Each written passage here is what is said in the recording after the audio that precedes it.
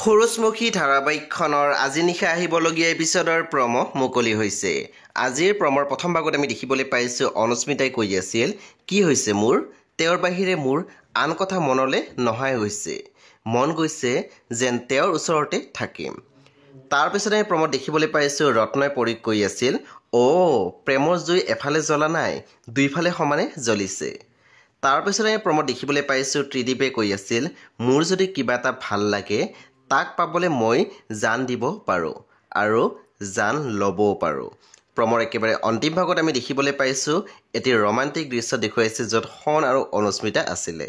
সেই বন্ধু বান্ধৱীসকল আজি নিশা 8 বজাত ৰং টিভিত আহিবলগীয়া সূৰুযমুখী ধাৰাবাহিকখন খুবেই বেছি ইণ্টাৰেষ্টিং হ'বলৈ গৈ আছে। সেই আপোনালোকে চাবলৈ একেবাৰে নাপাহৰিব। পৰৱৰ্তী আপডেটৰ বাবে আপোনালোকে মোৰ চেনেলটো ছাবস্ক্ৰাইব কৰি কাষত থকা বেল আইকন টিপি দিবলৈ একেবাৰে নাপাহৰিব। আৰু প্লিজ আপোনালোকে মোৰ ভিডিঅ' এটা লাইক কৰি দিব।